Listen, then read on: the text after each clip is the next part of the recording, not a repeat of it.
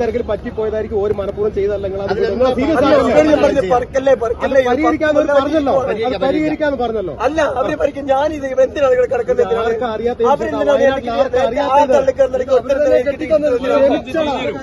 അത് അവർ അവധിയാ ചെയ്ത ക്ഷമിച്ചോളാം.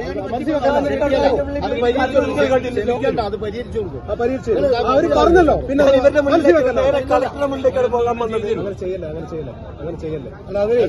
അല്ല നിങ്ങൾ എന്റെ പേര് കേസെടുക്കോ? എനിക്ക് പേടിയൊന്നുമില്ല. നിങ്ങൾ അറസ്റ്റ് കൊണ്ടുപോയിക്കോളൂ, ജയിലിൽ കൊണ്ടുപോയിക്കോളൂ. എനിക്ക് പേടിയൊന്നുമില്ല.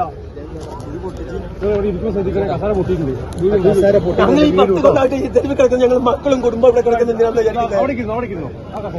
ഞാൻ വെറുതെ കിടക്കുന്നൊന്നുമല്ല. അവരോട് ഞാൻ പറഞ്ഞു ആക്രമിക്കല്ലേ, ഞാൻ ഇതിനെ മറിഞ്ഞു വീണ് എനിക്ക് പരിക്ക് പറ്റും. ഇത് ഇടിക്കല്ലേ. അങ്ങനെ ചെയ്യുവോര് സാറേ? പറഞ്ഞത്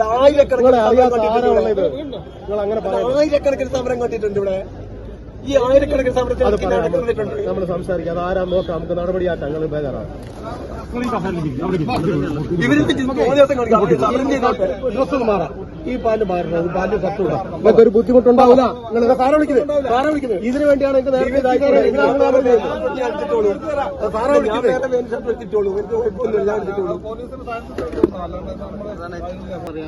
അല്ല ഞാൻ നിങ്ങൾക്ക് ലാമ്പ് എടുക്കാൻ എടുത്തരാം. അല്ല DSP പറയുന്നത് ലാമ്പിയാണ് എടുത്തരാം. ഇവരോട് മാത്രം ഞാൻ ലാമ്പ് എടുത്തിട്ടുണ്ടാ. ലാമ്പ് എടുത്തേക്കാം. ഞാൻ നിങ്ങളെ കത്തിക്കൊന്നുമില്ല. കത്തിക്കലെന്നാണ് കത്തിക്കില്ല. ഞാൻ ലാമ്പ് എടുത്തരാം.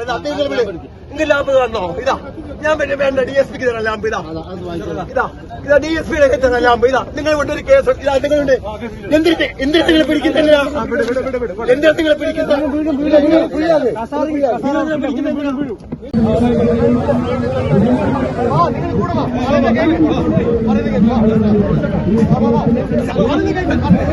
സത്യക്കും വരില്ല.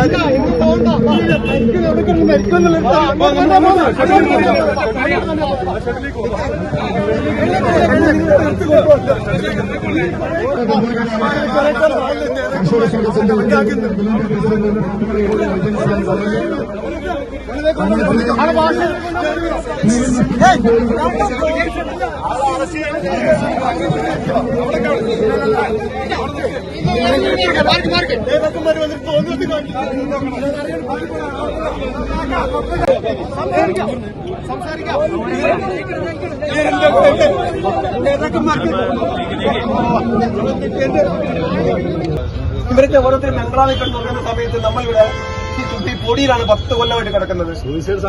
കിടക്കുന്ന പൊടി കാണാൻ നിങ്ങൾ ശ്രദ്ധിച്ചാൽ അറിയാം. നിങ്ങൾക്ക് ഈ 10 കൊല്ലമായിട്ട് ഈ പൊടിയിലാണ് കിടക്കുന്നത്. നിങ്ങൾക്ക് കിടക്കാനാകും ആർക്കെങ്കിലും? 10 വർഷമായിട്ട് ഈ പൊടിയിൽ ഇങ്ങനെ.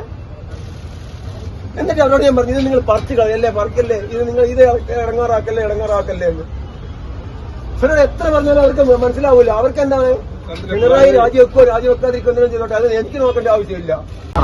മാർച്ച് കലക്ടറേറ്റിലേക്ക് എത്തിയപ്പോൾ ഉണ്ടായ സാധാരണഗതിയിൽ ഉണ്ടാകുന്ന ഉന്തും തള്ളിനിടയിൽ ഇവിടെ സമരത്തിലിരുന്ന ജോർജേട്ടന്റെ ഷെഡിനോട് ചേർന്നുള്ള ബോർഡ് അങ്ങോട്ട് മറിഞ്ഞു വീഴാണ് ഉണ്ടായത്. പ്രവർത്തകർ ആ ഗേറ്റിലേക്ക് വന്നപ്പോൾ ഉണ്ടായതാണ്. ഞങ്ങൾ ശ്രദ്ധയിൽപ്പെട്ടിരുന്നില്ല. അദ്ദേഹവുമായി സംസാരിക്കുകയും അതിനെന്താ വേണ്ടത് വെച്ചാൽ അതിന് പരിഹാരം ചെയ്തു കൊടുക്കാമെന്ന് പറയുകയും ചെയ്തിട്ടുണ്ട്. വയനാട് വിഷൻ വാർത്തകളും വിശേഷങ്ങളും അറിയാൻ തത്സമയ ദൃശ്യങ്ങൾ കാണാൻ വയനാട് വിഷൻ ഫേസ്ബുക്ക് ഫോളോ ചെയ്യുക. Wayanad vision YouTube channel subscribe ചെയ്യുക.